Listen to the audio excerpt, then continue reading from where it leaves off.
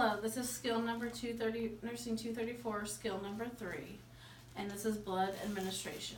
The first thing when you do with blood administration, you need to go visit your patient, and you need to say to, his name's Mr. Rivera, "Hi, Mr. Rivera, my name's Amanda St. Juliana, and I'll be your nurse today, and I have a consent for you to sign for your blood transfusion." And you make sure he understands everything. You have the patient sign date and time, and then as you're the nurse as the witness, sign date and time. If they have questions or they have religious allegiance, they might not want to receive the blood, you need to talk to the physician about any questions the patient may have. If they're Jehovah's Witness, they're not going to receive the blood. After you get the consent signed, or even 72 hours before, lab will come draw an ABO compatibility and place a blood band bracelet on your patient, as evident here, and here's his name tag. So he's already been typed across, and we know his blood type is B positive. And for your quiz, you'll have to know what blood types the patient can receive. So if he's B positive, the patient can receive B positive and B negative. If a patient has only B negative blood, they can only receive negative blood. If he could also receive O positive and O negative blood. So the lab calls you, ring ring, my blood's ready.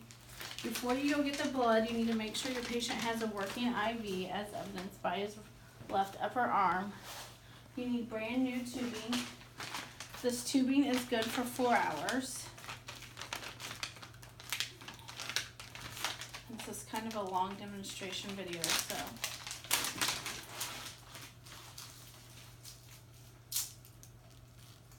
You're going to clamp both of these.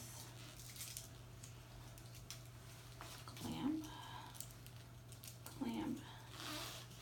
And this is the micron filter the blood needs to run through. And you're also going to clamp this.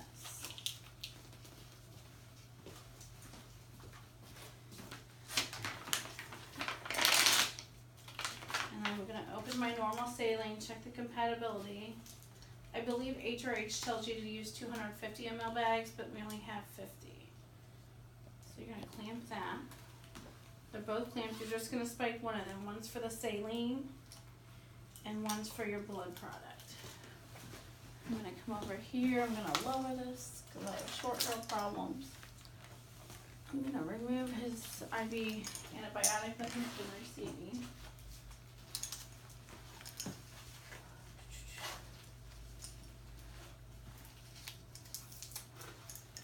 Set my trash over there. I'm going to open this up, and I'm going to prime my tubing.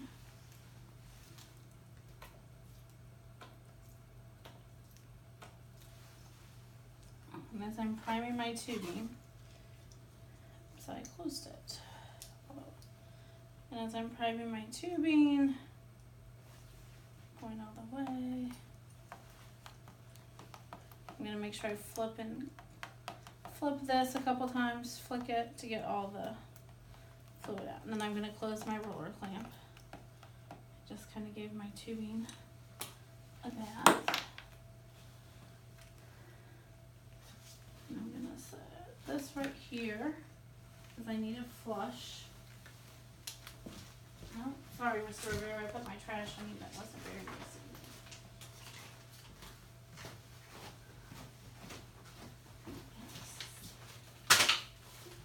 We're going to pretend that I have a saline flush left.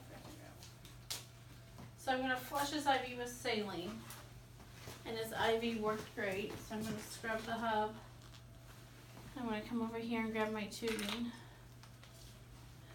I grabbed extra tubing. I'm going to scrub this, and I'm going to scrub this.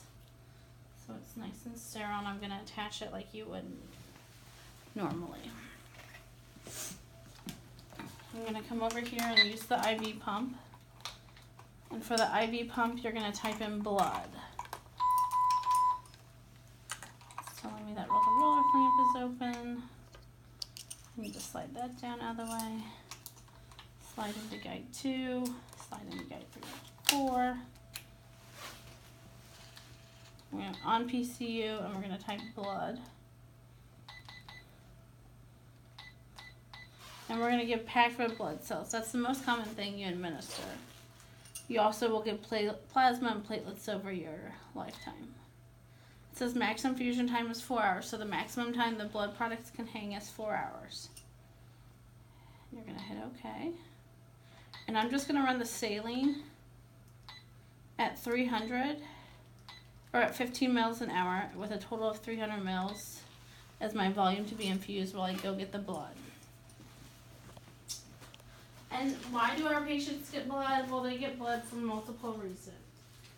We can have improved activity and tolerance, their oxygenation's better, their tissue perfusion's better as the nurse.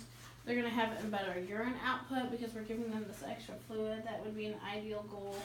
And improved blood pressure. Your PowerPoint talks about 3 main reasons, so make sure you look at those. Their lab report, so if a patient has a hemoglobin, a low hemoglobin, that's why we're giving them blood. So typically we're going to transfuse packed red blood cells when their hemoglobin is less than 8. She's going to pause that for a minute, so I'm going to go to the lab.